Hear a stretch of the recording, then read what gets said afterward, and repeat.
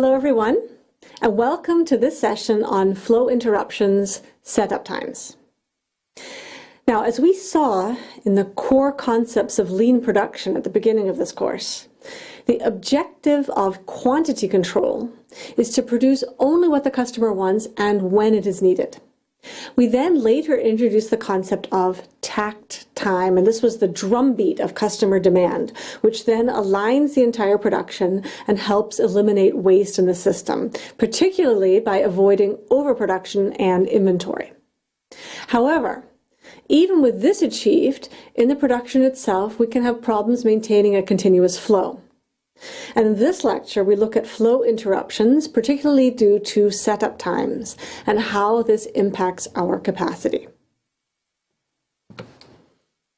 The learning objectives are to define the term batch or lot, to list reasons for batching, to discuss the impact setups have on capacity, and to understand that larger batch sizes reduce the impact of these setup times on the resource capacity.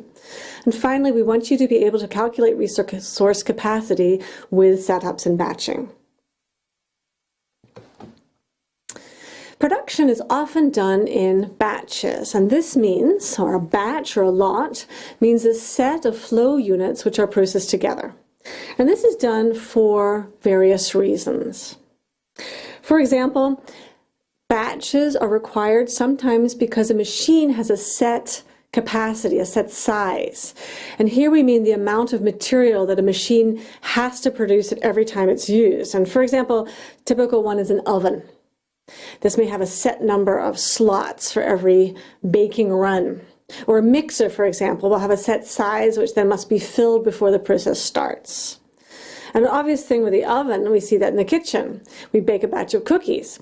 But in many sorts of production, for example, growing an oxide on a semiconductor wafer is also done in an oven. And typically, like that oven, which starts the entire process, might hold 150 wafers. And you don't do the baking until you have the 150 wafers in the oven. And here we show a basic process flow for yogurt, which starts here with a mixing process.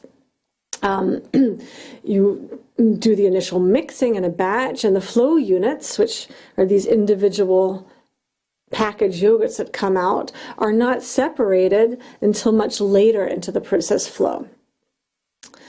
Another reason for batching is that the raw material itself might come in a form which requires batch production. And of course, again, I'm going back to my example for semiconductor production, where you start with semiconductor wafers. And each of these wafers then contain the many hundreds of integrated circuits or chips. And again, the processing will continue in semiconductor production in wafer form. In fact, the wafers themselves are batched, as we just said in the oven. You can have batches of 25 or 50, and then have up to 150 of those batches in the initial oven. And then later in the process, much later, each individual wafer is then diced into the different chips. Another reason for batching could be due to maintenance. And this can mean something as simple as cleaning. Equipment will become clogged over time, needs to be cleaned. You may have blades that need to be sharpened, etc. Now, we just had this case. One of our master students was investigating low-temperature adhesives for electric car production. And electric cars, they use new materials, carbon fiber reinforced plastic components, which are very light. And then high-temperature processing, such as welding, would then cause structural damage to these very light parts. So you need to have a low temperature adhesive that you can use to connect them.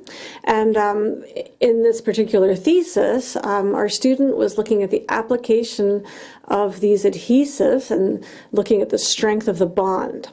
And the way this works is there's a second component added to the adhesive which accelerates the curing. And so these two different components, they're brought together then into a sort of spiral thing, and it's a mixing, like a mixing nozzle. and just before application. But this nozzle gets clogged over time, or if there's longer breaks between the two applications, because this adhesive starts curing actually inside the mixing nozzle, and then that will affect the quality of the bond. So to prevent this, you have to do a regular cleaning or changing of the mixing nozzle. Finally, and what we're going to look at next, is that machines often need to be adjusted when different parts are produced. Like if you want to move to a more flexible production, where one production line can produce different parts, for example, different models of a car, then any time required for adjusting the equipment is known as a setup time. For example, if you're welding bicycle frames, the metal tubes then are held together by fixtures, and if you change the type of bike, you need to change how those metal tubes are held. You need to adjust the frame, the fixture, for the frame type and size. And this adjustment takes time, and this is a setup time. Another example, again, semiconductors. If you're testing different types of chips, you have a big tester where you put the wafer into the tester, and then you have a tester head that gets lowered down onto the wafer and will test the chips. Well, if you're different types of products, you end up having to change the test head. And that requires then some type of changeover or setup time. Now here we have an example of making a simple product. In this case, I've chosen a simple propeller, a metal propeller, and actually I'm using an example which is very similar to the example in the textbook, Matching Supply and Demand, from Cachon and Tervich. It's a very nice way of summarizing the effect of batching. Here we're just using a simple propeller, and what we have here are two components to our propeller. We have a base and we have a propeller head. These then are attached in the assembly process to finish our propeller. So first we would make the base, which takes 3 minutes of machining, and then we would make the propeller head, which also takes 3 minutes, so a total of 6 minutes for a whole propeller. Now, just a couple notes. I'm just assuming here that this is one single part. This is also one single part. So each of these parts takes 3 minutes, just to keep things simple. Assembly, on the other hand, is taking 6 minutes and 40 seconds to do the assembly. So again, for an entire flow unit, for the final propeller, the assembly takes 6 minutes and 40 seconds. So what's new here, though, is maybe you've been wondering why I had written this way, is we only have one tool for the machining. So one more time, our flow unit is the propeller flow unit. We have one machine that makes the components, the base and the propeller head, and those then are assembled. So what do we have here? If we look at our capacity, to make one flow unit, if we have we can switch between the parts without any break or setup, which we'll talk about in a minute. We're going to have a capacity of 1/6 minutes, which is equal to 0.160 units per minute, which is equal to, multiplied by that by 60, 10 units per hour. So keep that in mind. Here we have a capacity when we can produce our base and our propeller head one after another with no pause. We have 10 units per hour.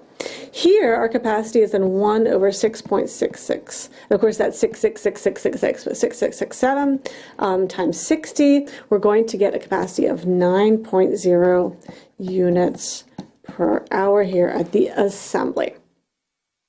So we've already done those calculations, but now we're going to introduce a new problem, and this is the setups.